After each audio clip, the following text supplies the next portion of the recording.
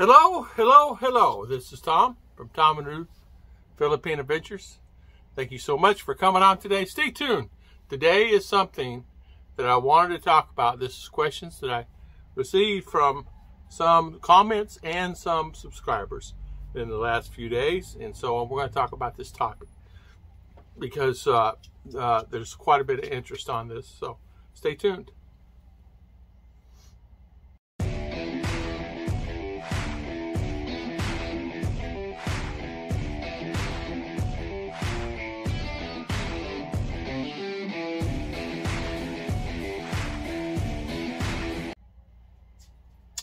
Since there are some of the guys that are coming here in the Philippines, and it may not be exactly what the Philippines is saying, that they wanted more tourists coming in, more Americans, more tourists in general coming into the Philippines. A lot of people are inquiring, well, I met my Filipina, I'm here now, I'm excited, I can't wait to have a future with her, whether or not it's staying here or whether or not it's leaving. And the ones that are here, that's planning on staying here, this is the question I get a lot of now. A lot of questions. Should I buy a house? Should I build a house? Should I buy property? I hear there's so many pitfalls in buying property, and I hear that there are things that you have to do. I have to tell you, I don't know. It took me 4.5 years to get the deed and the title squared away on this house. We had all the guy had his own title. It was fine. Paid all the taxes. It just takes that long in some cases. Now, not always, depends where you're at, of course. It's not like they have title search here. They don't have such a thing like that. In fact, it's all done by paper. Left hand don't know what right hand is doing. Now, remember, a lot of this land, even where I'm at, is still owned by tribal. And I don't care where you're at in the Philippines, at one time it was owned by tribal. And so the tribes themselves still have access to some of the land, and they are coming out and saying, hey, this is my land. This is my forefathers' land. Here is proof. And so be very wary of what is happening right now in the Philippines on if you're buying land. Make sure it's free and clear. Do your due diligence on that. Now, the land management office can help you if somebody actually owns that, if that's the person actually has that piece of property. It may take you a few months to get the nitty-gritty down on that. Should you do it, though? Should you buy it? It's entirely up to the person. And you know what? No foreigner can own any land, or you can own the house. You can't own the land. You can own the condo, and you can actually, depending on SRV, you can actually take a lot of money that you put in reserve and buy a condo with it. A lot of guys are getting great deals on condos. And yes, they're building condos left and right. I have quite a few friends that have 2 or 3 condos they own. They rent them out. They seem to be doing sort of okay. Sort of okay meaning they're renting them out sporadically. It's not like they were thinking in the beginning when the heyday was the condo. They're coming in and building them. People were standing in line to rent those. And so now they're putting them like an Airbnb and renting them when they can, and hopefully they can do it.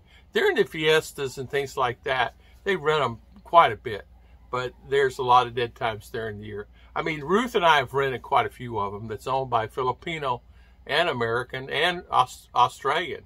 And it's pretty easy to do, but you still find yourself, there's not a lot of, depending where the condo is. We rented one in Cebu for a while, and the Cebu condo was a great place. It was wonderful, but it was hard to get to. And it was really beautiful. Had a swimming pool and everything. But not all have swimming pools, guys. Not all have swimming pools. The condo itself was nice, but it was far away from a supermarket or some type of means of food. We were in Cebu. It's not, SM was there. You had to take taxi and go across town to get your food. They had a small marketplace down the road, but it was really, to be honest with you, horrible. To be honest with you, parts of that area where we were at was this pile of garbage, this high, actually taller than me. In fact, about 15 feet tall they have every week, where the garbage, all the people just pile the garbage that one area. No dumpsters, just pile it, and then the guys come pick it up in the thing and clean it out. But no matter, when they get it cleaned up, it's back again. So what you have to do, if you're thinking of condos, I would say it's A-okay, you know, for sure. It's something that you want to invest your money in, and now it's time to do it. Now, they are overabundant of condos all over. Davao has overabundance of condos, so does CDO. And they are selling them, of course. Land is something that's like it is anywhere else. The price of land have gone up, and it's as much or the same in some areas as it is in USA. I can buy a lot right now in Florida, Georgia, Alabama, North South Carolina, lots that are for sale cheaper than what I can buy here. Now remember, I paid $2,000 for a 10-meter by 15-meter lot, and it was $2,200, $2,300, something like that per lot. So $4,400, $4,500 for these lots that I have, plus nickel and dime, a few peso here and there, and it wasn't any more, maybe another 3 or 4 or 5,000, and getting this and getting the survey done. And I think the survey cost me 5,000, but other than that, we had to pay taxes. It was like 100 peso on each lot. We had to this stuff Ruth had to pay at the land bank. But is it a good deal to purchase land? Yes, it is. With your fiance, with your wife, it has to be your wife. Now, what you can do is, what I did here is, my name's on everything. Her name's on everything. Can she sell anything out? I don't own I own the houses. If something, God forbid, was to happen. Worst case scenario, we pick up this house and move it somewhere else. If Ruth and I decided that together we're going to go move it to the beach somewhere, we could do that easily, easy peasy. Just fold it back up, take stuff out, fold it back up, and take it to wherever you need to go. Yes, you can do that. The land itself, where I'm at, is really, it's gone up. I would say I would lease the land more than anything else. If you have an opportunity to do something, I would lease the land. Can you find leases? Yeah, you can find leases. Problem is access to those leases, access to the land, access, road access. You have to be very careful also. You have to have the right of way. A lot of guys are buying this property and finding themselves. I have a friend in Behold bought land. Can't get to it. He has to go through another property to get to the land that he bought. It ain't going to work. Can he go around it? No, it's rivers and this and that. And he has to build his own bridge. And it's just a nightmare for him. I said, why didn't you go? We went out there. I didn't know somebody owned the land. I didn't ask the question who had the right of way. I said, well, yeah, you have to do that. So you have to really make sure you do your due diligence. Who owns this land? Who owns this land? Can we have access? And so after they purchase the land, the owners themselves say, hey, since you are a foreigner now, we need to charge you money for your access here. Well, how much? Well, it's too much. It was too much for him. It was like he was held hostage on that. You know how not held, yeah, basically. So you have to really, really, really be careful. Remember, you're not in Kansas anymore here. You're really not. It's like you have to be prepared for that. Now, I did the due diligence. I made sure I was close to the highway. I did make sure before I put for $4,500 and buy these lots, I did make sure I did the right thing before I spent, $10,000 on this house and $5,000 on that house. I made sure I had all my P's and Q's together. Now, buying something like this was a lot easier than building your own house. The guys out there building these beautiful homes, these really big, humongous homes, and shout out for them for that. But then on the other hand, you got to maintain those bad boys. And you better make sure that your land and everything goes through. I was really nervous the last 3 years. I said, are we ever, she goes, we're going to get it, we own it. Well, according to what it says, we own it. But I said, we don't own it till we have everything finished on this house, Ruth. We don't own anything. Now, the family's actually going, I mentioned before in other videos, they're actually going through some hard times themselves. They bought land from a guy, come to find out that guy does not own the land. It's owned by someone else. Their houses is there on that land, which is down the road there and 5 miles from me. And so they're in a dilemma now that they may possibly lose their house. This has been going on, and they're fighting it. But, you know, the guy took the money. The guy showed him papers that he owned the land. Well, maybe at one time, but he didn't own the land. It's owned by someone else. A rich millionaire Filipino in Manila owns the land. If he decides and comes there and decides that he wants to sell that and tear it down, which possibly they're thinking about building a mall there, they may be out of there all the money they spent in their houses. What in the world would they do, right? So that's something you just, I mean, just, it's like, what in the world's going on here with that? And so I said, that's another worry. I talked to my brother-in-law about that today. He said, I'm worried about my house. What are you worried about your house for? It's all done. Oh, no. Remember that? No. I said, oh, my goodness. He said, I'm just so worried about it. Now, he has a farm. I said, move it. He said, it's up on top of the mountain. He cultivates on the side of the mountain with a caribou. I mean, come on. He said, yeah, we could build a house up there, but getting the house every day is going to really be a problem. You need a motorcycle. I don't have a four-wheel drive. No. Well, the sister has a four-wheel drive. She'll get you up there, but here's the thing. Every day. So you have to really think about where you're going. The access, he had the same situation. Even though he owns a farm, he had to gain access to another piece of property, and he made a deal with a guy. Hey, can I come through there? So you being aware of things. And yes, you can buy property, and yes, it's a good idea if you plan on staying here. Yes, it's a good idea for your Filipina.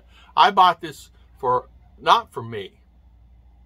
I bought it for me now while I'm alive, but it's really for Ruth and RR in the long run. I want them to have benefit of this place. If something happened to me tomorrow, at least they have this house and the stuff here and our 12 turkeys. By the way, the eggs hatch. She has 13 turkeys out there. So, little babies. So, the thing of it is, too, you really have to really, like I said, take the time, take the look, get an attorney. Any of attorneys get scammed. So, be prepared for that, too, with a friend of mine. But is there an easier way? Yes. Lease it. Have an attorney do the paperwork. Buy a condo. And be prepared, too. Just because you buy a condo, it may not be what it is, too. Because you buy a condo, what floor is it on? Elevators constantly go out in those things. I mean, constantly. We had a 4th floor, okay? Thank goodness I didn't have the 12th floor, all right? How would I get up there? I'm not climbing 12 floors every time I buy groceries. Well, on the 4th floor, guess what? The elevator's out. Sorry, sir, elevator's down. Well, how long? We don't know. It's been down for 2 days. It's a brand new hotel. How's it down? I don't know, sir. The guy's coming. Okay, so we walk up 4 flights of stairs every time we went out, every time we went swimming pool, every time we walked up and down the stairs. It was many people on those stairs, burning those stairs up. Imagine having a condo on the 10th floor. You have to be aware of that. And you cannot regulate. It's like living in an apartment. Who lives beside you, who lives below you, who lives above you. And yes, those walls are thin. You can hear everything. I can hear the guy watching TV in the other room as I'm watching my TV at 3 a.m. So that was my saying. I said, I knew that because I lived in a condo one time. I knew that. I lived in a condo right on the beach. A condo right on the beach. Paid $499 for. I had a house. I lived on the beach. But the condo itself was more of a nightmare than it was worth for me in Daytona Beach, Florida. Because of that same thing. Now, they were selling them for $40,000. I said, nope, I'm not buying no condo because all it is, they were taking these rundown hotels and turning in condos. That's what they were doing, these high rises. And it worked for them at that moment, that day. Right now, it's not so good because the same problems are still there. Finding attendants, keeping the place upgraded, and there's certain criteria you have to meet. But nowadays, here in the Philippines, you want to buy condos, great idea, yes. It depends on your budget. They range anywhere from $200 and up. You can also buy, they do buy many things, but land, I wanted land. I didn't want to be surrounded. Even though I got people close to me, I didn't want to have somebody controlling the kids, yelling at 3 a.m. in their fights and arguing. So hopefully I wasn't too negative today. Because people were saying I was negative. It's just reality. It's not being negative. It's statements and reality. Reality is this. And believe me, you buy something and you spend your hard-earned money on, you want to have good benefit, right? So housing's good, rental's good, buying, yes, buying, no, sometimes best to rent. That's the reason we did it for 2 years. We rented for 2 years. So before I made the commitment. Rent before you buy, at least 1 to 2 years, make a decision whether it's worth it or not for you. That's what we did. God bless everybody. I'll see you guys next time on Tom and Ruth Philippine Adventures. Man, 14 minutes already.